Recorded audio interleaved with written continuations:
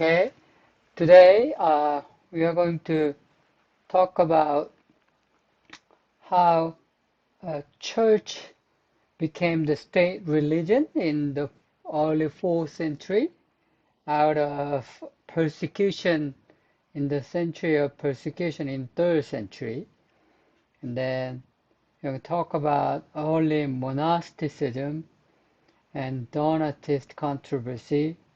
And if you have more time, we may start a little bit about Ecumenical Council, Nicene Council. Okay.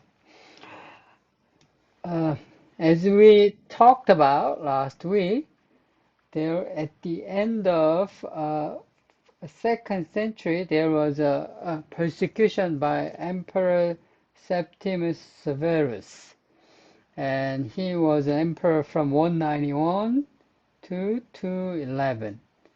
And he actually ordered worship of sun god.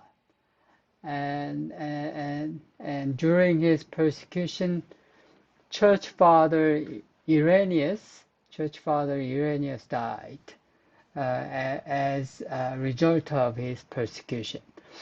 And then after he dies, just there was about 40 years, around 40 years peace for the church, but it was time of chaos for the state from political perspective. The 3rd century was a time of chaos.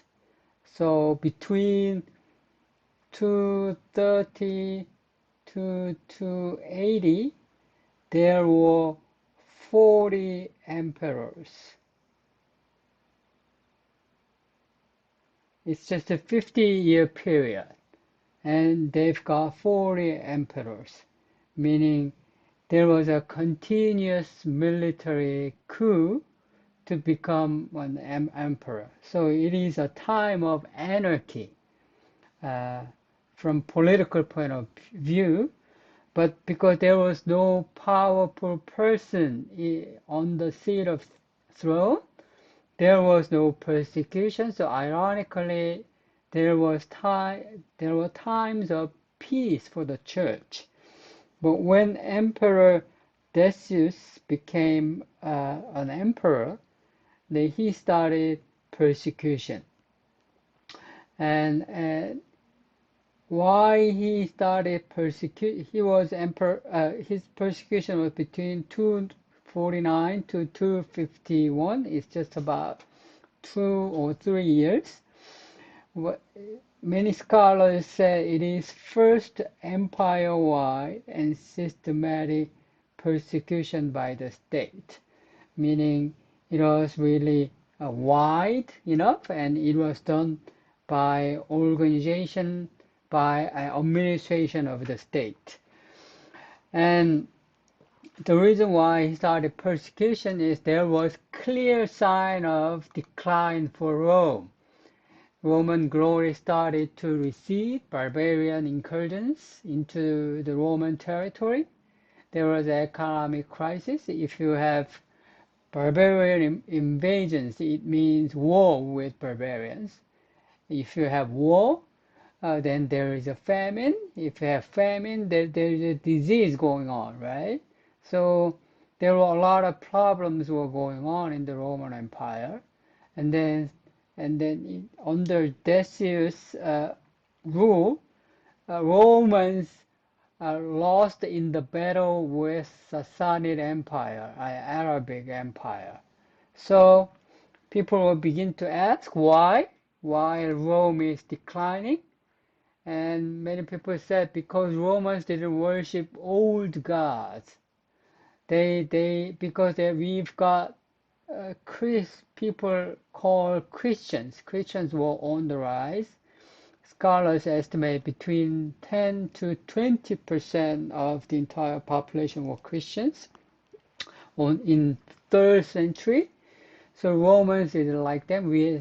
Romans said we have to worship Roman gods so that the Roman gods can return favor back to Rome.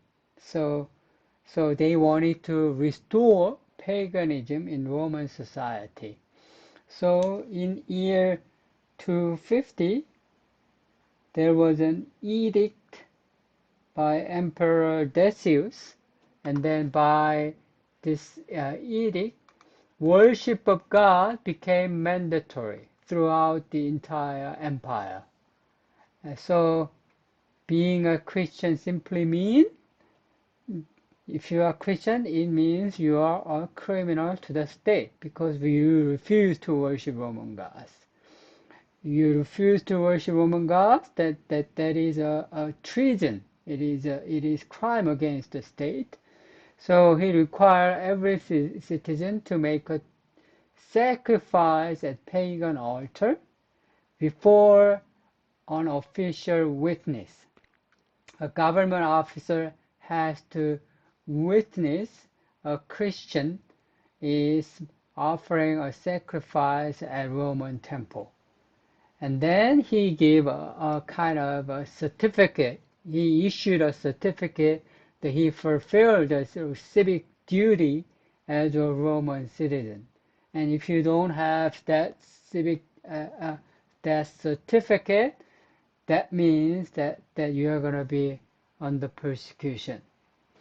And so it was a systematic and universal persecution throughout the empire, and Christians were forced to recant through torture, and then and many were imprisoned and their properties were confiscated, etc., etc. And under Decius, as you know, a church father Origen in Alexandria, he was imprisoned, tortured, and martyred. Under Severus, Irenaeus was imprisoned and tortured and died. But Decius' goal was not creating martyrs. His goal was not killing Christians. His goal is making Christians offer sacrifice. That was his goal. So he didn't create many martyrs. Martyrs were not many. But there were a lot of apostates, people who would offer sacrifice at Roman temple and pagan temple. But there are people who resisted, even they were imprisoned, and even they were tortured. There are people, even if they were not martyred, they resisted to the end until the persecution is ended. So those who were faithful until the persecution ended were called, they were not martyred because they were not martyred, but they were called confessor. So from this time on, people who resisted persecution in the church and remained faithful, they were called confessors. Decius died in a battle. He had a war, and he died in a battle, and then the persecution ended in 251. And after him, there was another persecution by Emperor Valerian. Valerian, when he became an emperor at the beginning, he was tolerant for about 3 or 4 years about Christians. But after 3 or 4 years of his rule, there was a series of wars, and then famine breaking out in the Roman Empire, and then he also accepted the idea that Roman gods are angry because of Christians. So Valerius started another persecution, and the persecution uh, was was more ferocious than before, and that was from 257 to 259. And then, especially at the time, his target was aristocracy, meaning there he began to notice that there are Christians at the level of aristocracy. There are Christians who are government officers in his own palace. He noticed there are Christians who are at the level of local administration and government offices. So by this time, there were many Christians who are aristocracies and who are noble people, and they became Christians. So he noticed that, and then he targeted not only just ordinary Christians to wipe out all the Christians in government offices. So he ordered to Senate that if any government officers and senators, if they are Christian, their property will be confiscated and they will be banished and they will be executed. Some, if they don't recant, they will be sold as slaves. And their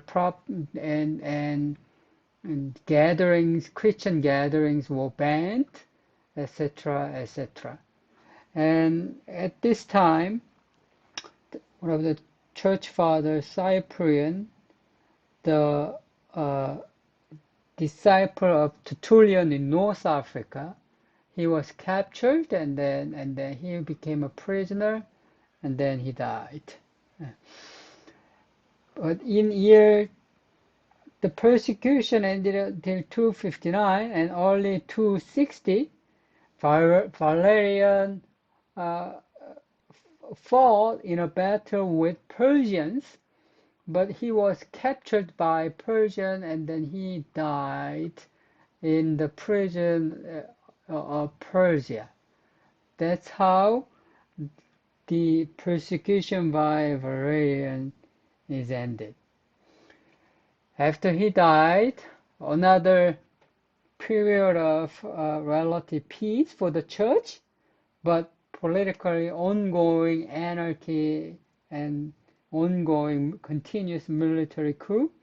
And after that, there was a man called Diocletian came to power.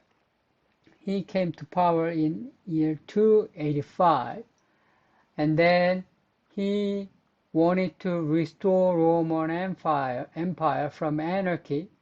He wanted to restore Roman institution, Roman law and order.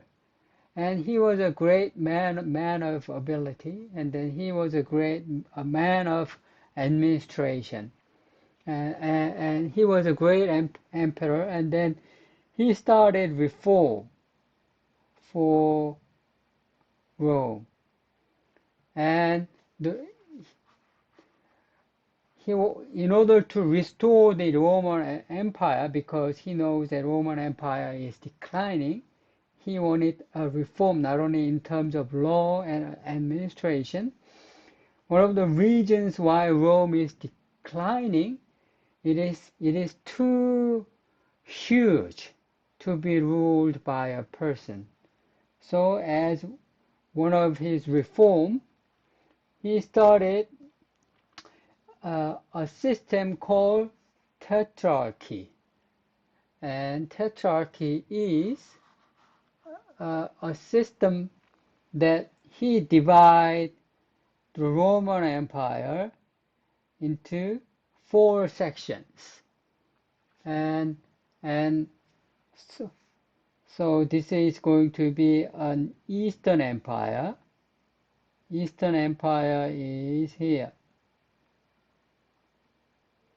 This is Greek-speaking Eastern Empire. And then this is Latin-speaking Western Empire. And then he also divides Eastern Empire into two, and he also divides Western Empire into two.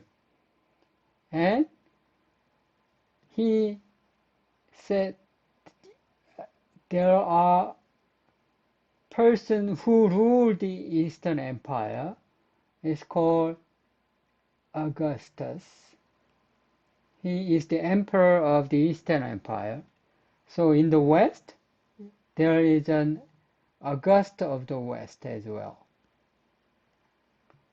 And then underneath Augustus, there is a deputy for him called Caesar, meaning he is a deputy of Augustus. So he imposed, so Augustus rule here. This is Augustus' territory. This is Caesar's territory. This green area is Augustus' territory for West. This is today's Gaul region, today's France and Britain. This is Caesar's territory.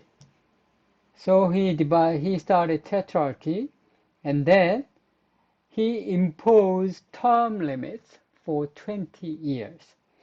So when a person becomes Augustus, then he's got 20 years of term limit. Caesars have the 20 years term limit.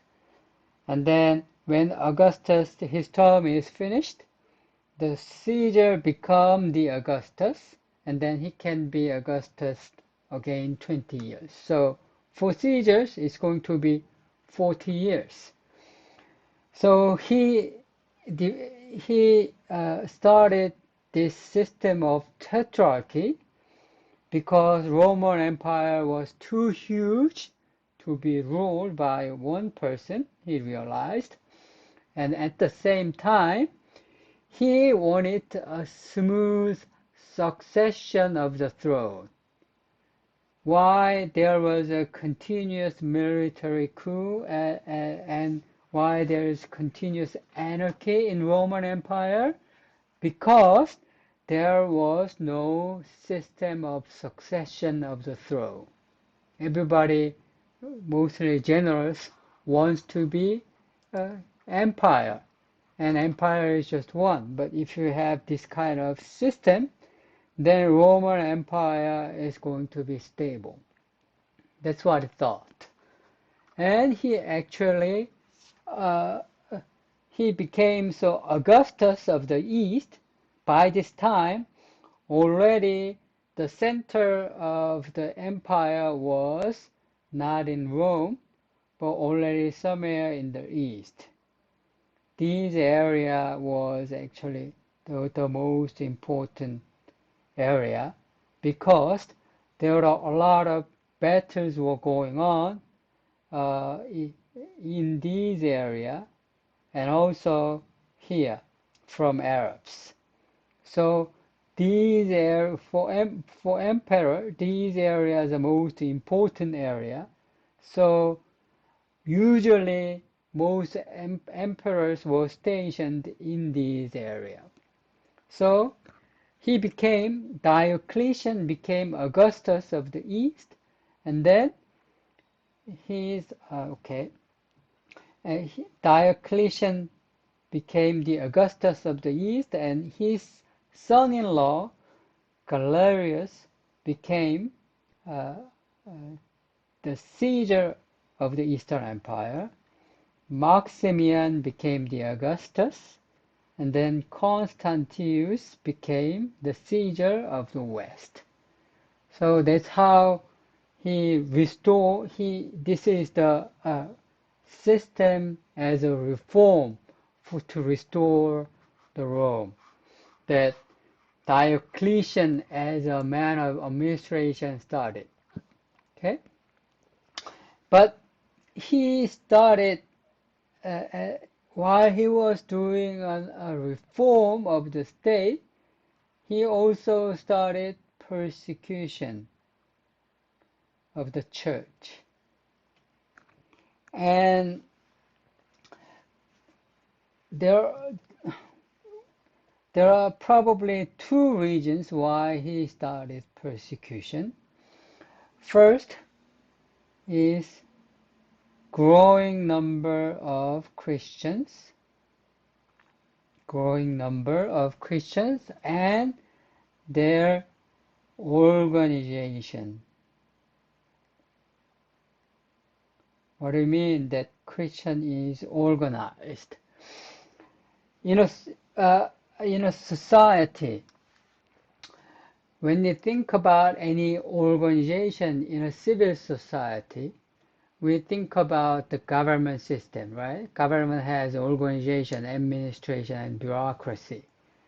And in a country, usually every state has their own army, and army has its own administration and its own hierarchy and organization, right? But other than government and military, there is no civil organization which is so well organized like the church at all. When you think about can you think of any other civil organization? We've got a lot of NGOs, we've got a lot of just fraternities to do social activities, but first, they are not very huge in their numbers. Second, their loyalty to the organization is not very strong, right? But Christians, according to his eyes, it was not threatening the state at all on the surface, but he recognized that churches, people, Christians they have potential to be disobedient to the order of the state. Christians, they are so loyal to their own organization, which is the church, they can even abandon their lives to disobey the state. So they are not a real threat right now, but they can be potentially threat to the state. So when we think about this, we can think about China today. In China, Chinese government is persecuting Christian church. And why are they persecuting Christians? In China, the largest organization in China is Communist Party. And this Communist Party have 90 million members right now. And then it is estimated today the number of Christians in China, it is now 100 million. So Christians and Christian church, I mean Protestant Christians are the largest organization in the entire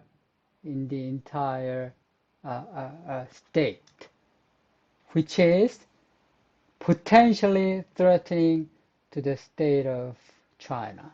That's what they think. They can disobey. So that's why that's the reason they are persecuting. So maybe that way he must have thought, growing number, they are becoming more and more, and then they are so well organized, and then they are potentially threatening. And then second reason why he was persecution is demand from the military. in every society, one of the most religious group of people are soldiers. Why? Because they are living uh, on the edge of life and death situations, right? They are in a constant battle, meaning they don't know when they are going to die. So soldiers are extremely religious people group than any other group in any other society. And then in Roman military officers, there were Christians in the military, but when when they were when they were start doing when they are going to start a battle, usually they had a kind of a worship service to pagan Roman gods, but Christians didn't participate in that worship. So they argued and they doubted that uh, someday they are going to turn their back against us, and then they disobey in this area, and then they are not going to be loyal to the state, and then they are going to turn their back and stab us in the back someday. So that's what they were afraid of. So they demanded Christians worship pagan gods. So and then this demand by military officers kind of influenced emperor like Diocletian. Therefore, he started the persecutions. Okay, and the persecution started in year. Actually, the persecution started in year 303. He became an emperor 285, and then he imposed term limit of 20 years. So at the beginning, no one knows that he's going to keep his promise or not. Anyway, he's a politician. He can change anything, what he says. But so it was 2 years later in 305, he actually uh, he actually abdicated from the throne.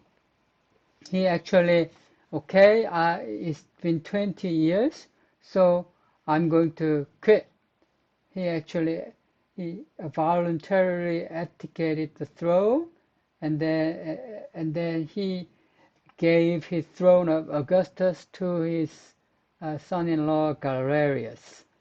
Okay, but just 2 years before he abdicated, in 303, he started persecution. So Christians in the government and army were targeted first, and sacrifice was in pagan temple were mandated. And then at the time, the capital was a place called Nicomedia. It is quite close to Istanbul today. And then 600 Christians were locked in the church and they were burned. And then uh, all Christians in the palace, in the imperial court, must offer sacrifice before the Roman gods. And this time, one of the things that he has done, he targeted was also priest,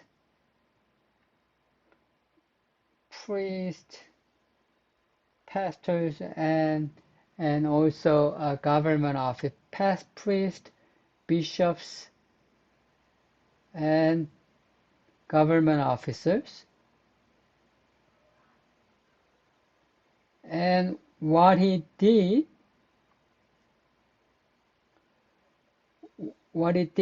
is actually taking away the Bible. He knew that Christians had a sacred book called the Bible, and then he uh, ordered all the Bibles to be collected and then to be burned. At that time, the Bible was really precious. As you know, that when Martin Luther started Reformation, the price of one Bible in that was Reformation 16th century, right?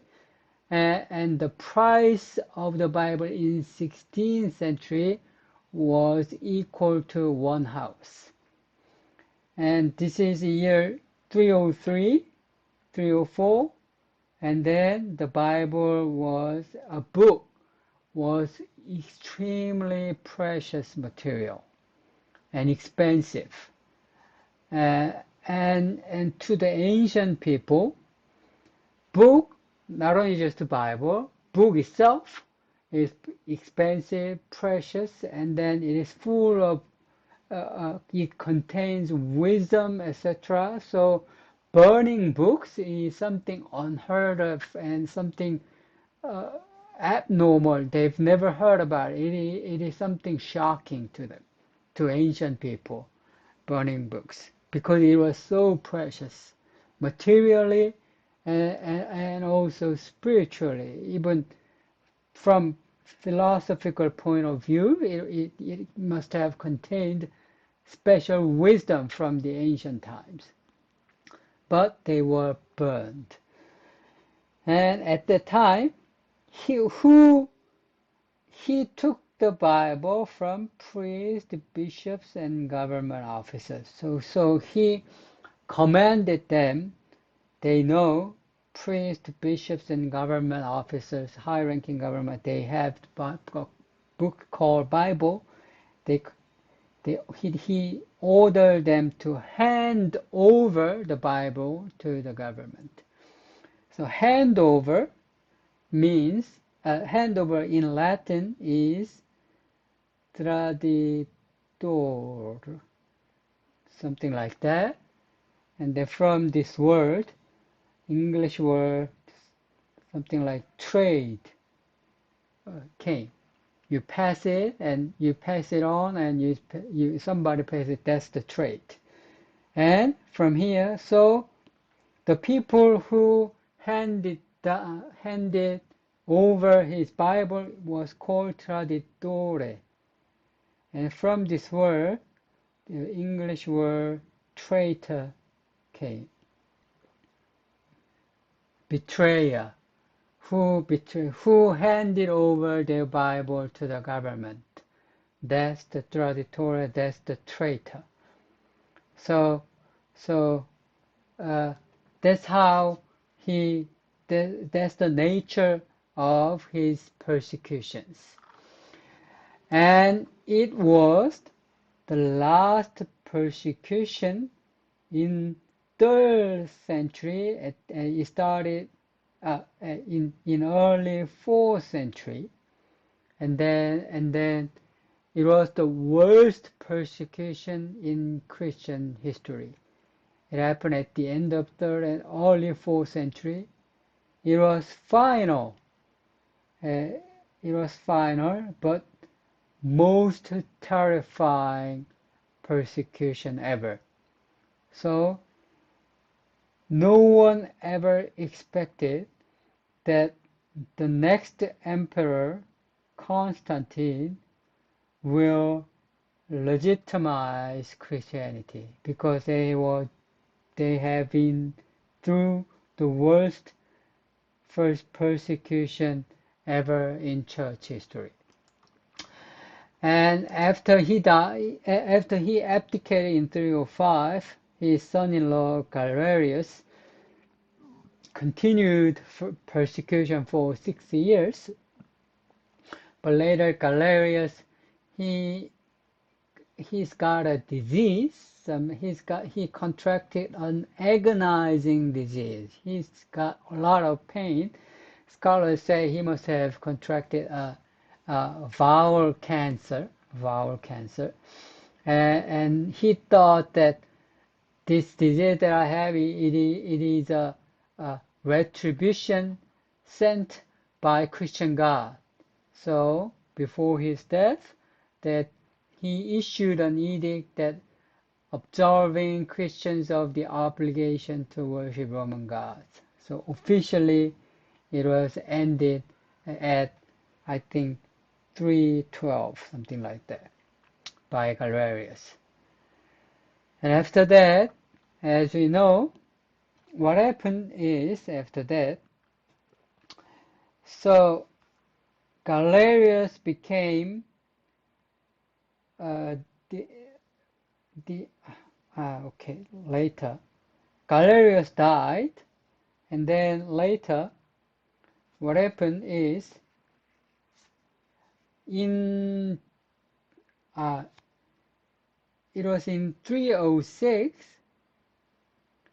At that time, Constantius, who was in charge of Gaul, today's France and Britain, Constantius, Maximian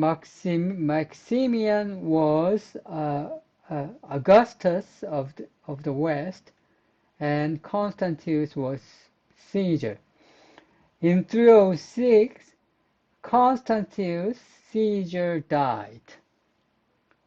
So he had a son, means Constantine. And Constantine, he was in charge of all these regions, but he was stationed here in Britain. And he died here. And what happened is, if he dies, Caesar died, then the role who appoint the next Caesar is the job of these people. Directly, either Augustus and Caesar, they have to decide, right? But Constantius died, and then he was commander of the Roman legion, and their soldiers declared his son Constantine as the emperor of the Rome.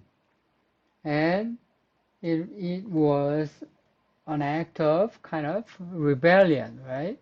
Declaring it is like the governor of Alaska, they were stationed here in Britain. It is fringe area by Roman standard because at the time Rome and this area was the center, and he was stationed here. It was fringe state, like if we compare in the United States, it can be compared to places like Alaska. And just think about the governor of Alaska declares that he's going to be the president of the United States. So it was like that in 306. So Constantine has to either accept what the soldiers demanded of him, accepting the destiny of being an emperor, meaning it is a rebellion, and then there's going to be a civil war, or he has to persuade his soldiers, and then he has to wait what the Augustus and Caesars decide. But he accepted what soldiers demanded of him, and then he wanted to become an emperor, and then he started war. He came to the region of Gaul, and he starts conquering these regions from 306. And then he came to Rome in 312. So his 6 years, he maneuvered through a lot of battles, throughout all these regions, and then he came to Rome. And in 312, in Rome, he was at that time, the Augustus of the West was Maxentius, and then he was at war with Maxentius in Rome. And before he had a war, just a day before at Milvian Bridge, he saw in a dream that there is a chi in Greek, chi and rho sign, and this is the Greek word Christ, and then in his dream that he received a voice that, with these signs you will win the battle. So he ordered all the soldiers on the shield paint all the Chi-Rho Christ sign, and then actually Maxentius, the number of Maxentius and the strength was more than double, but he defeated Maxentius at Milvian Bridge, north of Rome, and he became the emperor of the West in 312. And in year, and then the next, and then here in Milan, next year 313, he issued an edict that legalizes Christianity. So, so it's called in 313 Edict of Milan.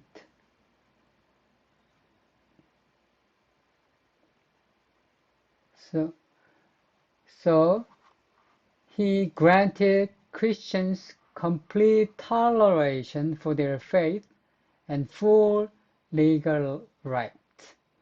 So he acknowledged Christianity as a legal religion like other religions. So he returned confiscated properties back to the church, and then he allowed bishops as judge in the church court so that they can have a legal effect. And then he also allowed, tax exemptions for clergy. And this system still remains in countries like United States. So in countries like United States, clergies are exempted from state taxes. And then he declared Sunday as holidays so that Christians can worship on Sunday. Okay? And then after that, so the legalization by Edict of Milan, legalization of Christianity was applied only to the Western Empire. And then he moved on to he was not satisfied with the title Emperor of the Western Empire. He wanted to be the empire of the entire Rome. So he continued to invade to Eastern Empire, and in year 323, at that time I think it's Licinius, the empire of the West, he defeated Licinius, and then he became the sole ruler of the entire Roman Empire. Okay, and that's how he. And then after he became an emperor, then he moved the capital from Rome to Istanbul. Today is Istanbul, and then the city he names it after him, so Constantinople became the capital of the entire Roman Empire. Okay, so this is a new capital. This is New Jerusalem. This is a new beginning for Rome. So he also wanted to restore the glory of Rome, but unlike his predecessors, he wanted to restore Rome along with Christians rather than oppressing them. He wanted to go hand in hand with with Christians. So with Constantine, Christianity became the legalized. We need to understand it is just the tolerance Christian, it is not a state religion. Christianity is not the official official religion of the state at all. It is simply legalized or tolerated. That's it. Uh, but after Constantine legalized, within 40 years, around by 350, people say when Constantine legalized, the percentage of Christians between 10 to 20%. But within 40 years, by 350, the percentage of Christians at least 50%. And some say even 2/3, that is 75% of the entire population became Christians. So there was a huge increase of Christians during this period by tolerance, by legalizing Christianity. So the consequences of legalizing Christianity, there are two different responses.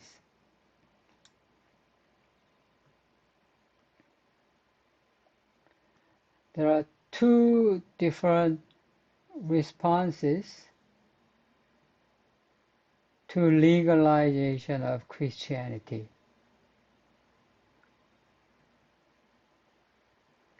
First, many Christians welcomed the decision, and they developed Christendom idea.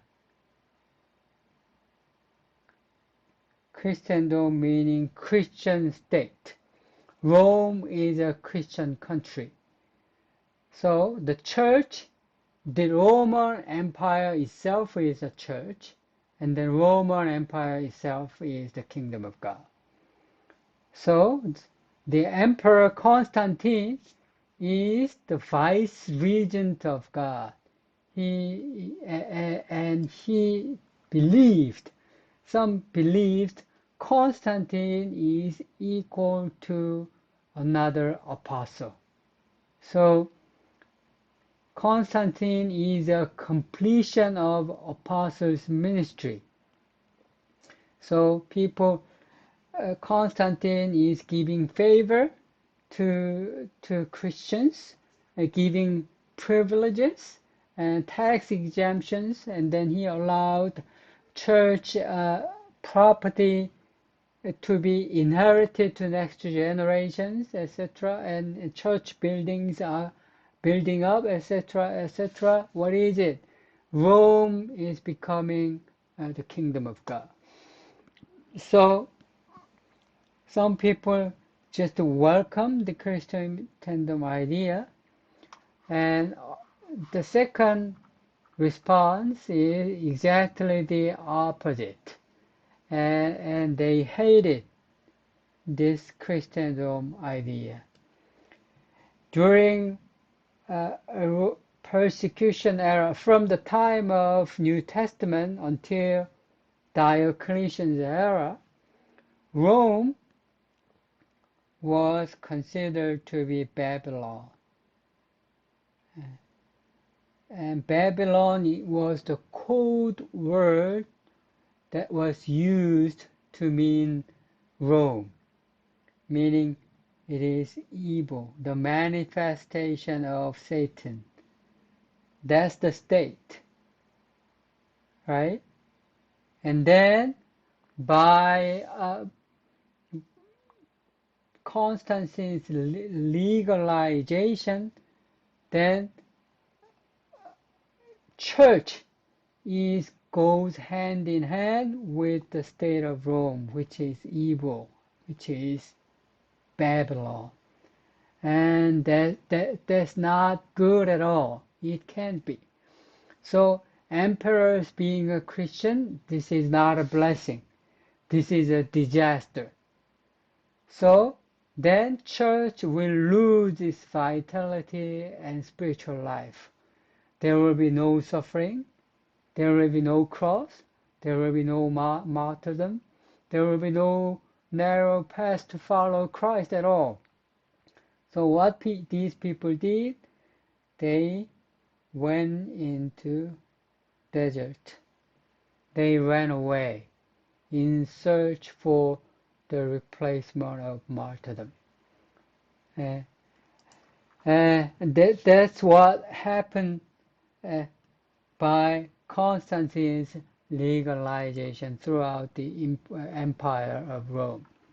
Okay, and after Constantine, his son became Constantine's son became Augustus, and then his nephew Julian became Caesar of the state. But his son, the emperor, died soon, so his nephew Julian became emperor in 361. And this Julian wanted to bring Rome back to paganism. He was not a Christian. Because he was in the royal family, he pretended to be a Christian, but he was not a Christian. But when he became the emperor, then he started a reform of Rome in a pagan way, so that Rome goes back to pagan state again. But his rule was really short, just 2 years. He started 361, but he died 363, and so it failed. So he's called Julian the Apostate. He's called Julian the Apostate, and people started to realize that if any emperor becomes a pagan, then church will be persecuted again. It's going to go back to the time of persecution.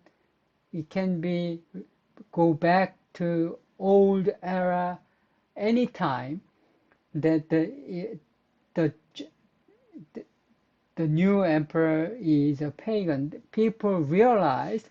So the next emperor, Theodosius, he instituted a law that makes Christianity as a state religion.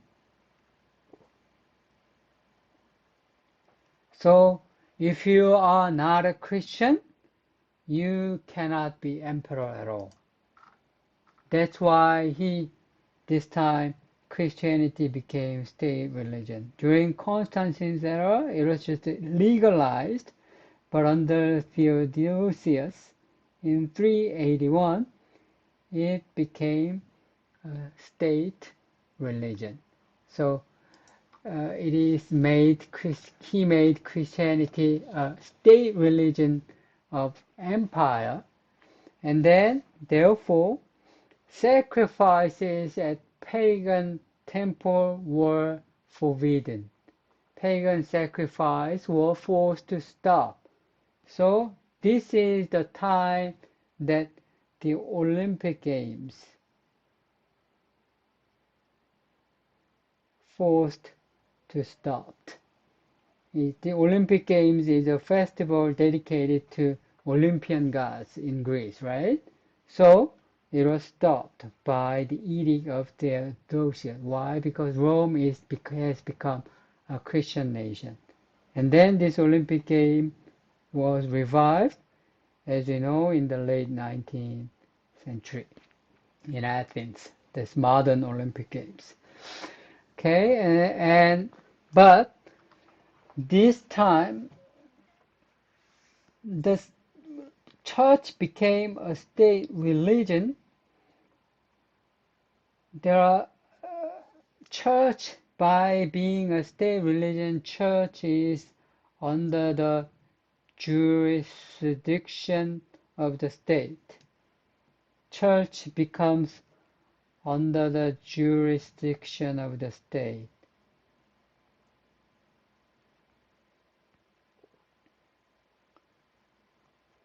So church somehow becomes subject to the state.